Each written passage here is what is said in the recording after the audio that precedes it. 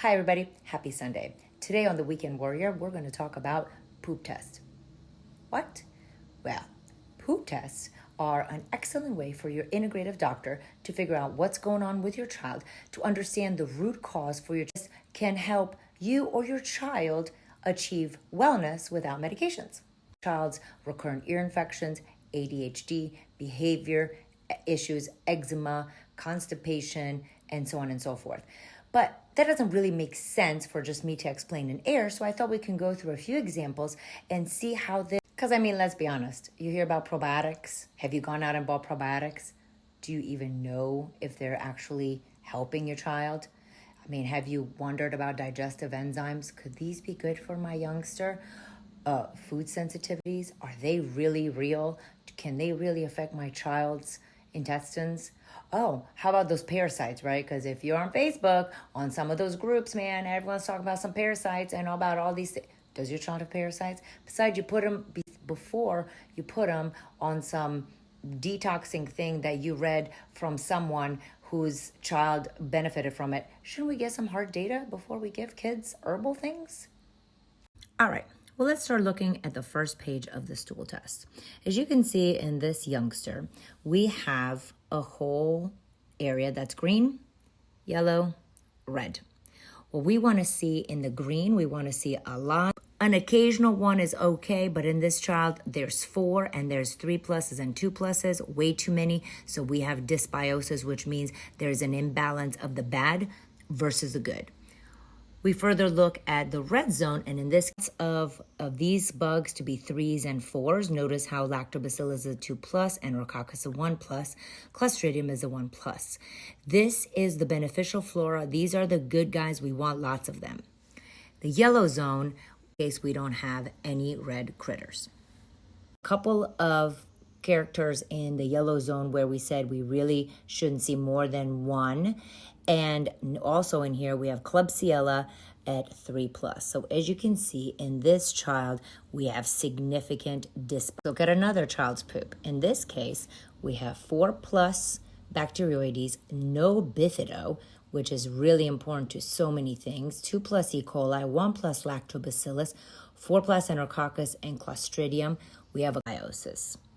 You will also see that the yeast culture is showing some critters as well, but we'll cover that next. One more thing, when you look at your probiotics, it says that it has a lot of lactobacillus species. This child was taking a lot of probiotics, and look at here, it's not doing anything. So all that money has been spent, and it's not even benefiting the child.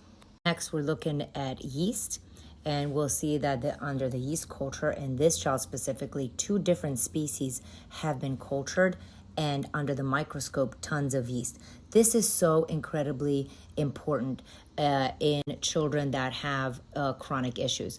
I cannot explain to you how many times once we correct the yeast situation, our children that have autism, ADHD, horrible eczema, and other skin disorders get better. And without this test, we just would not know. Now, furthermore, I really enjoy this test that I do through a very specific company, Doctor's Data, because they give me yeast and it is 3 stool samples. Look here. Many yeast is very difficult to find and culture on stool testing, and in this child is in 3 stool specimens. If I only had 1 stool specimen, oftentimes this is negative and then the other 2 are positive. You'll be missing yeast, and therefore you will lose an opportunity to treat this issue in this child effectively. Now in here, this is the test I was referring to that we look for the critters, for protozoa, nematodes, cestodes, flukes, because I can't say that word, the additional organisms over parasites. We're looking for other markers of infection and immunoassay. So this is a very comprehensive look at various critters and parasites that could be in the intestines. Then we look at digestion and absorption. And in this child right here, the elastase 364. Yes, it is above 200, but based on this child's symptoms, that number should be really more at 500. So he will go on pancreatic enzymes. We look at fat stains, if there's any fat in the poop, muscle fibers, vegetable fibers, carbohydrates. This gives us an indication of absorption, which is really important because there's two parts to nutrition. One is eating it, second is absorbing it. We look at inflammation and we want to see, is this child food sensitivities that we found really causing a problem? And lo and behold, he's got elevated lactoferrin, calprotectin, and lysozyme. He does not have Crohn's disease or ulcerative colitis. What he has is severe inflammation from his food intolerances, which incidentally were not found on traditional food allergy testing, but on the functional medicine allergy intolerance test, which I've covered in a different video. This is a different child who also has intestinal inflammation from his food allergies. Again, traditional allergy testing was negative to anything. It was a different story in our office. And in here, we're looking for immunology. Secretory IgA is 55.0.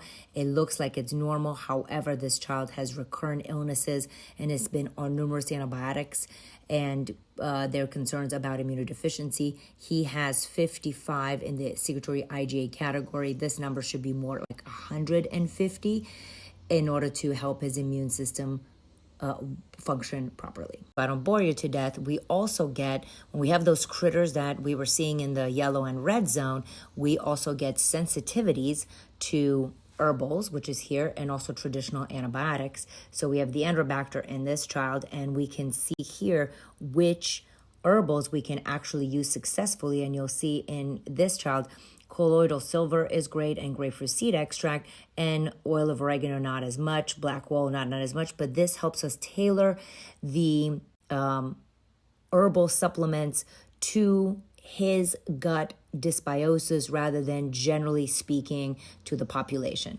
I almost never use antibiotics to treat this because the herbals are really effective, especially when we use the ones that are specific to each child and each critter that is causing this child's illness.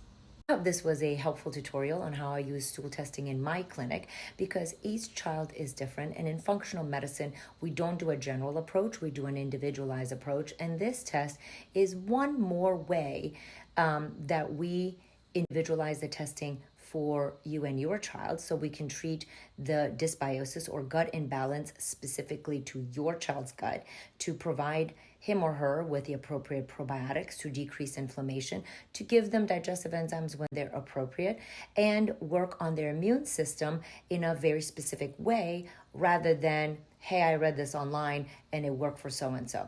Anyway, I hope that this was helpful, and enjoy the rest of your day. Take care.